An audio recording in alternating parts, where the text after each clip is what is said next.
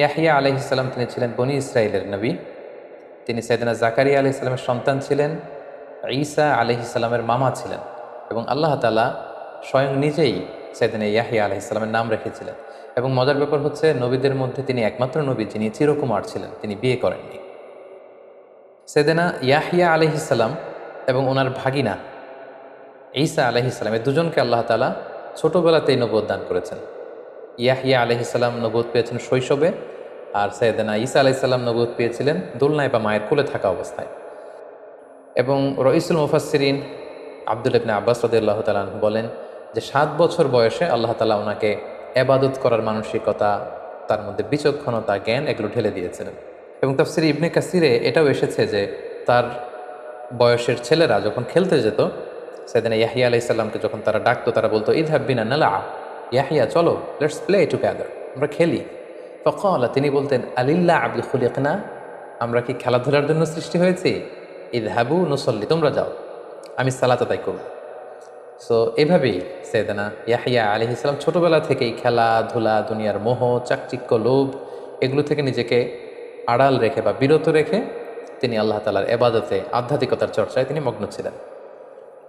এবং আল্লাহ তাআলা নিজেই যে ইয়াহিয়া আলাইহিস সালামের নাম রেখেছিলেন, এটা আল্লাহ তাআলা সূরাতুল মারিয়ামে চমৎকারভাবে বলেছেন। তিনি উল্লেখ করছেন যে ইয়া জাকারিয়া, হে জাকারিয়া, ইন্না নুবাশশিরুকা বিগুলামিন ইসমুহু ইয়াহইয়া, আমি তোমাকে এক সন্তানের সুসংবাদ দিলাম, তার নাম ইয়াহইয়া।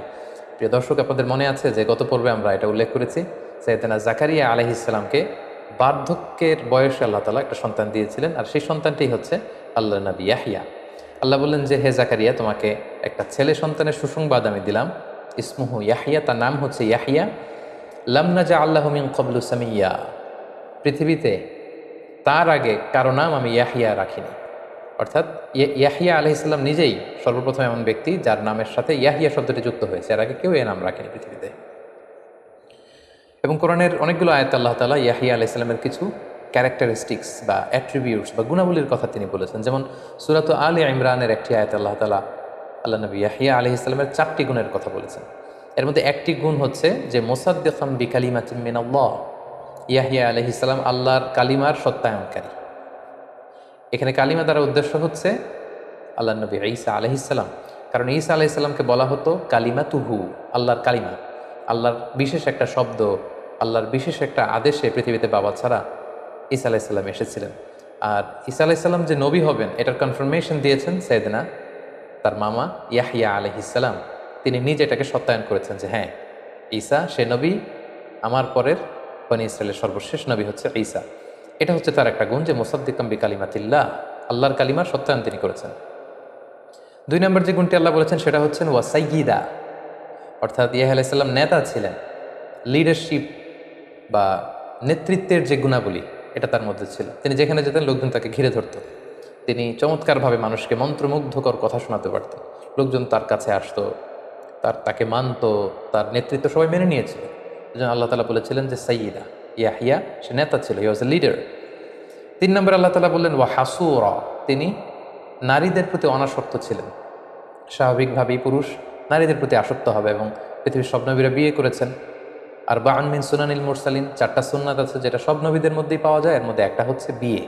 সব নবীরাই বিয়ে করেছেন, কিন্তু এক্ষেত্রে আল্লাহ নবী ইয়াহইয়া আলাইহিস সালাম ছিলেন এক্সেপশনাল। তিনি বিয়ে করেননি। শুধু বিয়েই করেননি, তিনি জীবনে কখনো নারীদের প্রতি কোনো অ্যাট্রাকশন, কোনো জৈবিক আকর্ষণ তিনি কখনো ফিল করেননি, অনুভব করেন। এজন্য আল্লাহ তাআলা ওনাকে বলেছেন হাসুরা, তিনি নারী অনাসক্ত ছিলেন। তার জৈবিক চাহিদার লাগামকে তিনি সবসময় নিয়ন্ত্রণ করতে পারতেন, তিনি কখনো এটা ফিলই করতেন না। এবং 4 নম্বর সিফাত বা গুণাবলীর সর্বশেষ গুণটা হচ্ছে আল্লাহ বলছেন ওয়া নাবিয়্যাম মিনাস সালিহিন, ইয়াহইয়া আলাইহিস সালাম আল্লাহ তাআলার নেককার একজন নবী ছিলেন। সুবহানাল্লাহ। তাহলে এই আয়াতে 4টি গুণের কথা আমরা জানলাম। ইয়াহইয়া আলাইহিস সালামের ব্যাপারে কালামুল্লাহ মাজিদে আল কোরআন আল কারীমে আল্লাহ তাআলা খুব বেশি আলোচনা করেননি। 3টি জায়গায় ছোট্ট ছোট্ট প্লটে আল্লাহ তাআলা কিছু আলোচনা করেছেন। এবার আমরা যদি সূরা মারিয়ামের দিকে তাকাই, তাহলে আমরা সেখানে দেখব যে আল্লাহ তাআলা ইয়াহইয়া আলাইহিস সালামের প্রতি ওনার স্পেশাল কিছু মার্সি অ্যান্ড ব্লেসিংস তিনি উল্লেখ করেছেন, সেগুলোর বর্ণনা পাওয়া যায়। যেমন আল্লাহ তাআলা বলছেন ইয়া ইয়াহইয়া খুযিল কিতাবা বিকুওয়া, হে ইয়াহইয়া তুমি কিতাবকে দৃঢ়তার সাথে, আজম বিল জাজমের সাথে আঁকড়ে ধরো। এই কিতাব দ্বারা মুফাসসিরিন একরাম একমত হয়েছেন যে তাওরাত কিতাব উদ্দেশ্য, যেহেতু ইহুদিদের কাছে একটা মেজর কিতাব হচ্ছে যেটা মুসা আলাইহিস সালামের উপর নাজিল হয়েছিল, তাওরাত।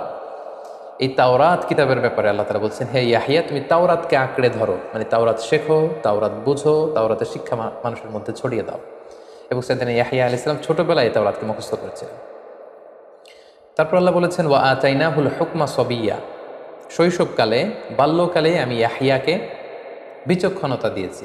এখানে হুকুম বলতে কেউ বলেছেন বিচক্ষণতা, কেউ বলেছেন ফায়সালা দেওয়ার যোগ্যতা। কোনো কোনো মুফাসসিরিন একরাম এই হুকুম বলতে নবুয়াতকে বুঝিয়েছেন। অর্থাৎ আল্লাহ তাআলা বলছেন, আমি ছোটবেলায় ইয়াহিয়াকে নবী বানিয়ে দিয়েছি। এরপর আল্লাহ তাআলা বলছেন, ওয়া হানানাম মিন লাদুন্না, আমি আল্লাহ তাআলা আমার পক্ষ থেকে তার জন্য হৃদয়ের কোমলতা দিয়েছি। ইয়াহিয়া আলাইহিস সালামের হৃদয়টা ছিল বড্ড কোমল। নবীদের মধ্যে সবচেয়ে সফট হার্টেড নবীদের মধ্যে থেকে ইয়াহিয়া আলাইহিস সালাম অন্যতম। তিনি মানুষের কষ্ট সহ্য করতে পারতেন না, মানুষের দুঃখ দুর্দশা তিনি সইতে পারতেন না। কিভাবে মানুষের কষ্ট দূর করা যায় এটার জন্য তিনি পাগল পাড়া থাকতেন। সম্মানিত শুধু ক্রিশ্চিয়ান কমিউনিটিতে বা তাদের ডক্ট্রিন অনুযায়ী ইয়াহিয়া আলাইহিস সালামকে তারা বলে জন। আমরা জানি যে জন নামটা খ্রিস্টানদের মধ্যে খুব পপুলার একটা নাম, কারণ এটা হচ্ছে জন দিয়ে তারা ইয়াহিয়া আলাইহিস সালামকে বুঝায়। তো তারা আল্লাহ নবী ইয়াহিয়াকে জন দ্য ব্যাপটিস্ট বলে, জন দ্য ব্যাপটিস্ট। এবং আমরা যত ক্রিশ্চিয়ান ব্যাপটিস্ট মিশনারির নাম শুনে থাকি, তাদের ভাষ্যমতে according to the doctrine of Christianity, তারা ইয়াহিয়া আলাইহিস সালাম তার বাণী প্রচার করে এবং তার দ্বারা উদ্বুদ্ধ হয়ে তার যে মমতা ভালোবাসা মানুষের মধ্যে ছড়িয়ে দেওয়ার এই যে আদর্শ, এটাকে তারা প্রচার করতে চায়। এবং এটাই আল্লাহ তাআলা বলেছেন যে ওয়া হানানাম মিন লাদুন্না, আমি এই জনকে অর্থাৎ আমি ইয়াহিয়াকে আমার পক্ষ থেকে বিশেষভাবে হৃদয়ের কোমলতা দান করেছি। এরপর আল্লাহ বলেছেন ওয়া যাকাতান, আমি তাকে পবিত্রতা দিয়েছি। আমরা একটু আগে শুনলাম যে নারীদের প্রতি যে আসক্তি পুরুষদের, এটা থেকে তিনি মুক্ত ছিলেন। এরপর আল্লাহ বলেন ওয়া কানা তাকিয়া, তিনি ছিলেন আল্লাহ ভীরু, খোদা ভীরু।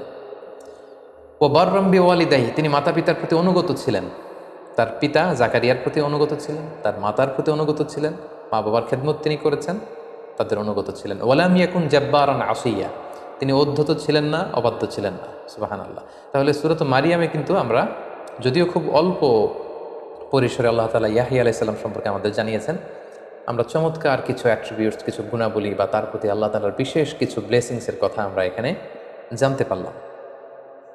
সম্মানিত শুধু ইয়াহিয়া আলাইহিস সালামের দাওয়াতের ব্যাপারে কোরআন আল কারিমে কিছু বলা হয়নি, কিন্তু আমরা এটা জানি যে তিনি বনী ইসরাইলের নবী ছিলেন। ফলে বনী ইসরাইলের লোকদের মাঝে তিনি দাওয়াতি কাজ করেছেন।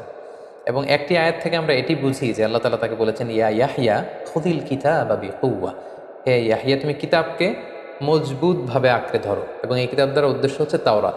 তো আমরা এটা বলতে পারি যে তিনি তাওরাতের বাণী প্রচার করেছেন। আর তাওরাতে নিঃসন্দেহে তাওহীদ, রিসালাত এবং আখিরাতের কথা ছিল, এগুলো তিনি প্রচার করেছেন। সম্মানিত শুধু এ পর্যায়ে আমরা ইয়াহিয়া আলাইহিস সালামের মৃত্যুবরণ সম্পর্কে জানব। সাইয়েদনা ইয়াহিয়া আলাইহিস সালাম তিনি স্বাভাবিক মৃত্যুবরণ করেননি, ওনাকে শিরুচ্ছেদ করা হয়েছিল।